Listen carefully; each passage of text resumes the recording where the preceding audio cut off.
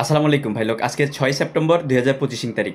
বাংলাদেশি পাসপোর্টধারীরা বাংলাদেশ থেকে এবং মধ্যপ্রাচ্যের দেশগুলো থেকে অথবা দেশের বাইরের থেকে কোন কোন দেশ থেকে বৈধ কাজের ভিসার জন্য, বিশেষ করে ইউরোপ কেন্দ্রিক যে কোনো দেশে যাওয়ার ক্ষেত্রে আবেদন করলে এই মুহূর্তে আপনারা সফল হবেন, সেই দেশগুলো সম্পর্কে আমি ছোট্ট আপনাদেরকে ধারণা দিব। কারণ মিস ইনফরমেশনের কারণে অনেক সময় দেখা গেছে যে আমরা ভুল সময়ে ভুল দেশ ট্রাই করে আমরা ভোগান্তিতে থাকি, দিন শেষে আমরা অর্থ কষ্টে থাকি, আমাদের অর্থদণ্ড হয়, আমাদের সময় বরবাদ হয় এবং ফলশ্রুতিতে আমরা সফল হই না।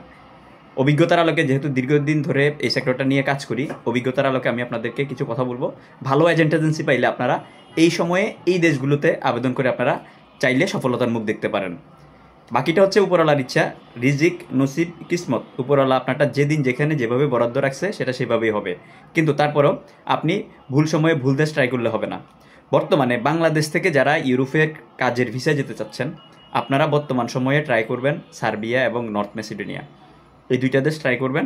যদিও গতানুগতিক ধারার বাইরে রেটটা একটু বেশি, আপনারা ভালো এজেন্ট এজেন্সি পাইলে এই দেশ ট্রাই করেন। যারা ইন্ডিয়া যাওয়ার মন মানসিকতা রাখেন, আপনারা বর্তমান সময়ে ট্রাই করবেন পর্তুগাল। যদিও এটার একটা অ্যাপয়েন্টমেন্ট জটিলতা আছে, পর্তুগাল D1 ক্যাটাগরির ক্ষেত্রে ট্রাই করতে পারেন। এটা অ্যাপয়েন্টমেন্ট জটিলতা আছে, এই অ্যাপয়েন্টমেন্ট জটিলতাটা কেটে গেলে এটা ট্রাই করতে পারেন। আপনারা বুলগেরিয়া D ক্যাটাগরির ভিসা, যারা লং টাইম ভিসা, যারা ভারত যাওয়ার মন মানসিকতা রাখেন, ট্রাই করতে পারেন। আপনারা রোমেনিয়া, যারা ভারত যাওয়ার মন মানসিকতা রাখেন, বাংলাদেশ থেকে ট্রাই করতে পারেন রোমানিয়ার জন্য। তবে যারা ভালো ইংরেজি জানেন এবং কর্মদক্ষ লোক, বিদেশ ফেরত লোক এবং বয়সটা 30 ঊর্ধ্ব, আপনারা রোমানিয়ার জন্য প্ল্যানিং করতে পারেন। আপনারা স্লোভেনিয়া ট্রাই করতে পারেন। স্লোভেনিয়ার জন্য ভারত যেতে হবে। মোটামুটি সেনজেনভুক্ত দেশের মধ্যে আপনারা ভারত যেতে যদি যাওয়ার মন মানসিকতা রাখেন, আপনারা স্লোভেনিয়া, বুলগেরিয়া, রোমেনিয়া এবং পর্তুগাল, এই 4টা দেশ ট্রাই করতে পারেন।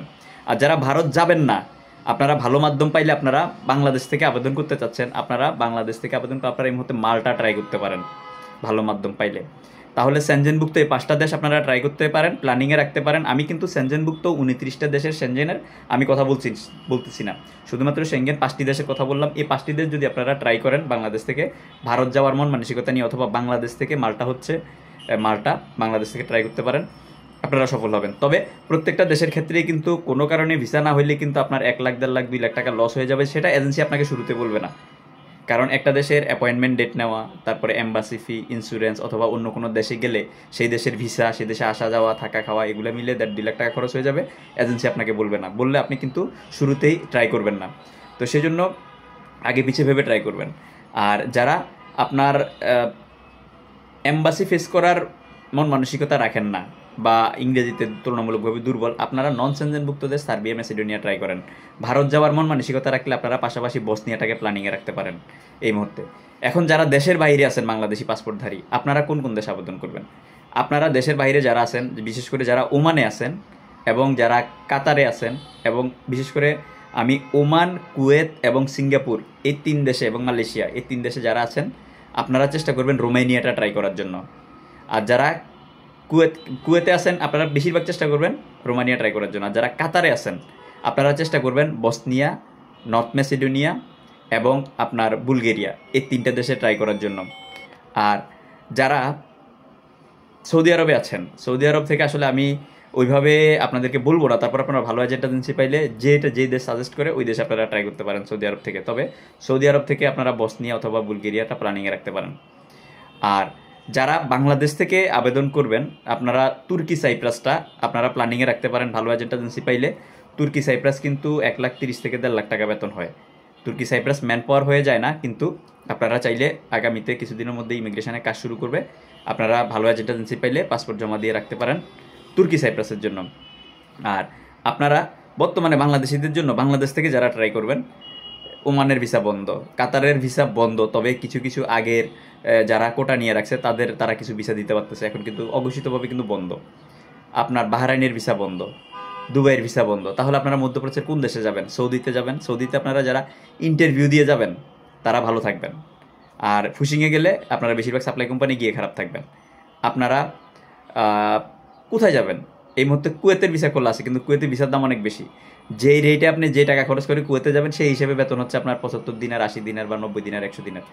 তো ভিসার দাম ইউরোপের দামের কাছাকাছি দাম দিয়ে আপনি 90 দিনের 80 দিনের বেতনে গিয়ে আসলে কোনো যুক্তিকতা নেই। সেজন্য আমি আপনাদেরকে বলবো না যান, তারপর আপনারা যেহেতু সব কয়টা দেশ বন্ধ, কী করবেন? কোনো না কোনো দেশে গিয়ে তো বাংলাদেশের রেমিটেন্স আনতে হবে, চলে যান। আপনারা এই মুহূর্তে ট্রাই করতে পারেন ইরাক। ইরাকে কিন্তু খুব ভালো বেতন দেয়, কিন্তু ইরাকও একটা সমস্যা, ইরাকে কিছু কিছু লোক ভিজিট বিষয় দিয়ে লোক পাঠায় দেয়। আপনারা ভিজিট বিষয়ে যাবেন না, ম্যান পাওয়ার করেও কিছু এজেন্সি লোক পাঠায়। আপনারা চাইলে ম্যান পাওয়ার করে, আপনারা যে এজেন্সি আপনাদেরকে ম্যান পাওয়ার করে পাঠাবে 2 টাকা বেশি গেলেও ওই এজেন্সির মাধ্যমে লেনদেন করে আপনারা ইরাকে যেতে পারেন। বর্তমান সময়ে আরও কিছু দেশ বাংলাদেশ থেকে সহজে যাওয়া যাচ্ছে। আপনারা ভিয়েতনাম, কম্বোডিয়া, লাওস, আজারবাইজান, আপনার তারপরে মঙ্গোলিয়া, এই দেশগুলোতে কিন্তু বাংলাদেশ থেকে ইজিলি যাওয়া যাচ্ছে।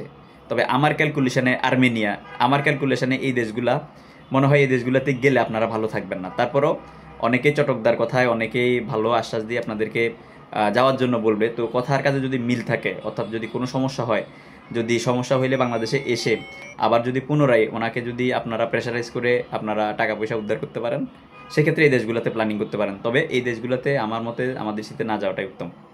বর্তমানে মালয়েশিয়াতে একটা গুঞ্জন চলতেছে, মালয়েশিয়া মেডিকেল শুরু হয়ে যাচ্ছে, মালয়েশিয়া ভিসা চালু হয়ে যাচ্ছে, কলিং চালু হয়ে যাবে।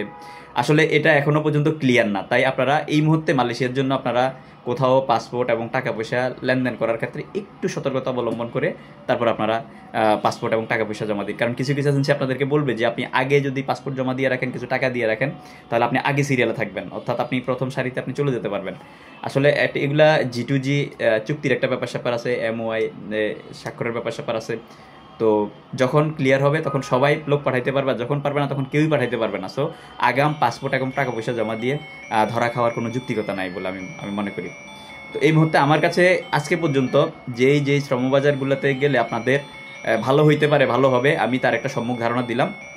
ধন্যবাদ। প্রবাস এবং প্রবাসী রিলেটেড নিত্য নতুন তথ্য এবং আপডেট পেতে আমার আইডিটি ফলো দিয়ে আমার সাথে যুক্ত থাকার জন্য বিশেষ অনুরোধ রইল। ধৈর্য সহকারে আমার ভিডিওটি দেখার জন্য আপনাদের কাছে আমি চিরকৃতজ্ঞ। ধন্যবাদ। এরকম আরও অন্যান্য আপডেট পেতে আমার সাথেই থাকুন। আসসালামু আলাইকুম রহমতুল্লাহ বারাকাতুহু।